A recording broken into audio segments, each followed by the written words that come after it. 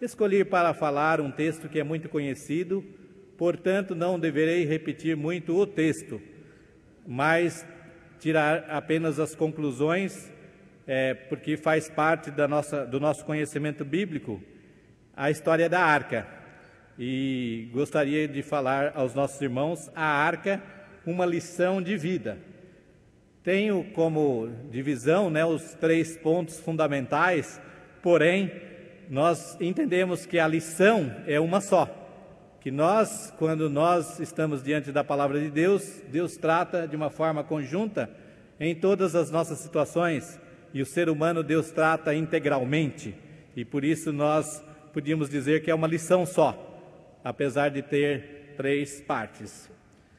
A primeira coisa que gostaria para introduzir é fazer uma comparação com o Titanic. Não sei se já tiveram essa curiosidade. O Titanic, ele tinha 269 metros de largura e uma altura de 54 metros. Aliás, a largura era 28 metros e o comprimento 269 metros.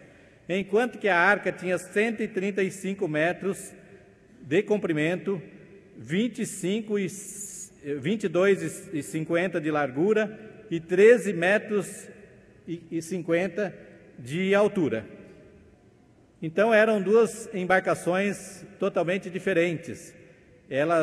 A Titanic era mais amplo, maior, só que tinha uma altura era muito mais alto. Tinha 52 comparado com 13. Não estou dizendo que foi esse o grande problema, porque se você tem a altura, aí tem maior possibilidade de ventos. Mas o que eu gostaria de dizer é que naquele momento, quando o Titanic saiu no 1912, ele estava com 2.240 passageiros. E alguém que era um jornalista na época disse: esse navio é uma maravilhosa engenharia humana, uma prova inegável do poder do ser humano.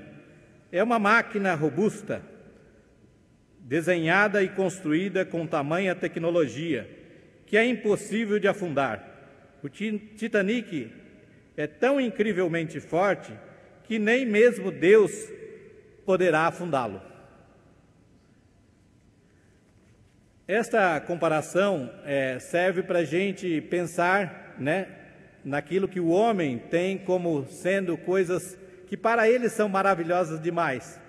Porém, nós gostaríamos de pegar agora as lições da arca, que era um pouco menor, ou bastante menor, metade, e que a arca, ela também trouxe algumas lições. Na área de recursos humanos das empresas, existe um texto que se chama a Arca de Absalão. Não sei se algum irmão teve a oportunidade de ler. E as lições da arca, elas dizem assim, da Arca de Absalão, não é da Arca de Noé. Não percas o barco. Lembra-te de que estamos todos no mesmo barco. Planeje antecipadamente. Não estava a chover quando Noé construiu a arca. Mantém-te fisicamente apto. Nunca sabes quando alguém te pode chamar para algo grande. Não te importes com as críticas. Faz o que tens de fazer. Constrói o teu futuro em terreno sólido. A velocidade nem sempre é uma grande vantagem. Os caracóis embarcaram ao mesmo tempo com os leopardos. Quando estiveres estressado, flutue um pouco. Lembra-te da arca, que a arca foi construída por amadores e o Titanic por profissionais. Não te preocupes com a tempestade.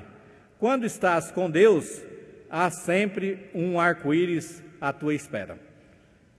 Na realidade, nós temos essas lições que são para nos estimularmos, para que nós possamos ter um entendimento de que uma empresa, ela tem os mesmos princípios, estar no mesmo barco significa contribuir sempre para o sucesso da empresa. Eu acho que estas mesmas categorias, elas também têm a ver com a vida nossa como povo de Deus, como organização institucional, como uma igreja que atravessa 150 anos, porque todas as faculdades mentais das pessoas e toda a capacidade humana também normalmente é empreendida na igreja, porque nós somos e conhecemos Deus, e não conhecemos apenas Deus dos milagres, mas conhecemos um Deus que é maravilhoso em todas as horas. Deus não se encolhe quando não existe milagre a ser feito, porque Deus nos dá inteligência, Deus nos dá capacidades, Deus nos dá muitas habilidades e competências para que possamos executar o seu plano, o seu serviço. Podíamos perguntar a esse texto: por que Deus decidiu tirar a vida de toda a terra? Qual seria o método de destruição? O que a Bíblia fala sobre Noé? Qual seria o tempo que choveria sem cessar? Quantas pessoas entrariam na arca? Além de construir uma arca, o que Noé deveria fazer? Qual é o método de captura dos animais? Quantos dias Noé ficou na arca antes que chovesse? O número de dias para as chuvas cairiam. Não, nenhuma outra pergunta poderia, ou mais outras muitas perguntas poderiam ser feitas para esse texto. Porém, nós gostaríamos de destacar que a primeira coisa que nós vemos na vida e na construção da arca é a dedicação. A dedicação é uma linha de gastar tempo, estar atento, não medir esforços, ter autocorreção e conceito de todas as coisas que estão ao seu redor. Quando nós temos dedicação, nós estamos aptos a seguir esta linha dedicada. E muitas vezes, quando nós temos hoje na tecnologia a linha dedicada, significa que a linha está aberta todo o tempo. E a dedicação nossa deve também estar aberta todo o tempo.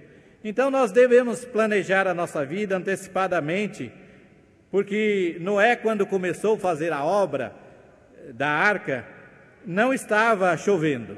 Noé passou muitos anos trabalhando para a construção da arca, e muitas vezes ele teve muitas dificuldades, muitos impropérios eram lançados contra ele, dizendo da sua senilidade, dizendo que ele estava caduco, que ele estava fazendo uma obra que jamais teria utilidade. Porém, ele nesse planejamento e nesta confiança em Deus, ele persistiu fazendo com dedicação o seu trabalho.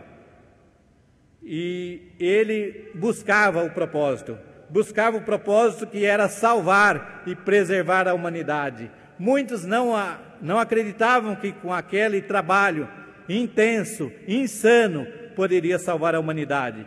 Como hoje nós temos também a percorrer nos nossos bairros e nas nossas situações várias da grande São Paulo, muitas situações que a gente pensa, será que o Evangelho de Cristo pode ser a ponte de salvação e de preservação das pessoas que estão ao nosso redor? Certamente esta primeira lição é muito importante a todos nós. Precisamos entender que a palavra de Deus nos convida a uma dedicação. Também não faltou a Noé a fidelidade. Hoje se fala muito em fidelização, ou cliente cativo. E na área de serviços se fala também, comparando com o Top in Mind, que é aquela pesquisa que é feita de mercado, onde a pessoa tem que dizer qual é o produto que vem primeiro à cabeça. Por exemplo, refrigerante, aí Coca-Cola, lâmina de barbear, Gillette. Então é uma pesquisa top in mind. Porém, na área de serviços é falado uma expressão um pouco diferente. É top in heart, que significa aquilo que está dentro do seu coração.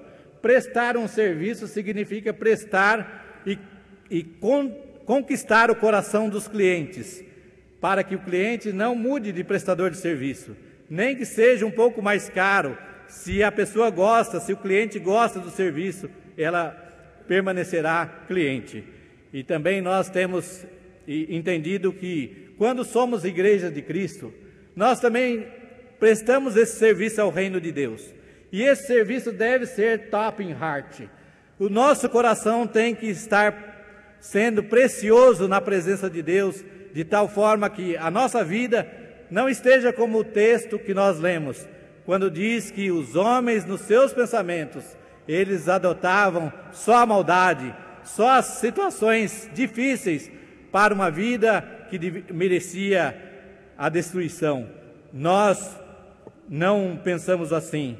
Precisamos pensar que Deus dará oportunidade para que nós possamos fazer o nosso serviço, pensando e corrigindo aquilo que nós, muitas vezes, como seres humanos, falhamos.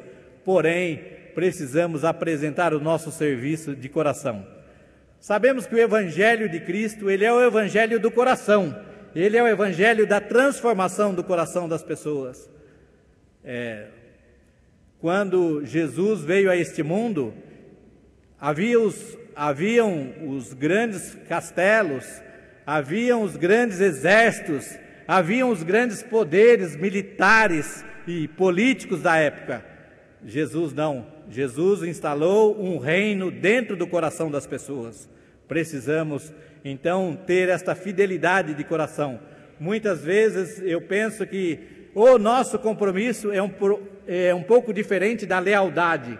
Quando nós somos comprometidos, nós nos comprometemos com alguém que se compromete com a gente. Então nós fazemos um compromisso com a pessoa. Se a pessoa falhar no compromisso, já estamos descomprometidos. Porém, quando nós somos leais independentemente das coisas que estão ao redor, independentemente das pessoas. Então nós gostaríamos de dizer aos irmãos que nós precisamos ser leais ao reino de Deus. E como última parte, gostaríamos de falar de uma coisa que era importante, estava presente na vida de Noé, que mesmo diante das dificuldades, diante dos insultos, Noé continuava trabalhando. Ele persistia, ele era perseverante em seu trabalho, ele tinha continuidade, ele tinha insistência, e com essa insistência ele conseguiu a experiência de fazer uma construção que teve sucesso diferente do Titanic, teve a salvação da sua geração, daquele povo que depois formou as 70 gerações dos filhos de Noé. E quando Jesus faz a missão dos 70, manda na missão dos 70, relembrando as 70 gerações que nasceram a partir de Noé. E alguns autores falam em 72 gerações, mas a perseverança que estava em Noé, ela foi uma perseverança que marcou a disposição de fazer que novas gerações fossem formadas em Israel, e essas novas gerações pudessem fazer com que a palavra de Deus e o reino de Deus estivesse presente na vida humana. Gostaria de terminar falando uma história que ela é uma história bastante interessante, e os irmãos vão perceber por quê. Um homem que dormia em sua cabana, de repente uma luz iluminou a sala e Deus apareceu. O Senhor disse que tinha um emprego para ele e mostrou-lhe uma grande rocha à frente da cabana. E explicou-lhe que devia empurrar a pedra com toda a força. O homem fez o que o Senhor pediu. Durante muitos anos, dia após dia, desde o nascer do sol, o homem empurrou a pedra fria, com todo o seu poder, com toda a sua força, mas ela não se movia. No fim do dia, o homem voltava para a cabana cansado, sentindo que todos os seus esforços estavam a ser em vão. Quando o homem começou a sentir-se frustrado, Satanás decidiu entrar no jogo, trazendo-lhe pensamentos à mente. Tens empurrado a rocha durante longo tempo e ela não se moveu em nada. O homem deu a impressão de que a tarefa que foi confiada a ele era impossível de realizar e que ele foi um fracassado. Satanás disse mais: por que lutar todos os dias para uma tarefa impossível? Basta fazer o mínimo de esforço e será suficiente. O homem pensou nessas palavras, na possibilidade daquela proposta, mas decidiu, em oração diante de Deus, confessar os seus sentimentos. Senhor, eu tenho trabalhado duro, muito tempo ao seu serviço. Usei todas as minhas forças para conseguir o que pediste. Mesmo assim, não consegui mover uma polegada da pedra. Por quê? Por que falhou? O Senhor respondeu, com compaixão e ternura: caro filho, quando te pedi para servires e que aceitasse, e disse que a tarefa era empurrar a rocha, com todas as tuas forças, foi o que fizeste. Eu nunca disse que haverias de movimentar a pedra.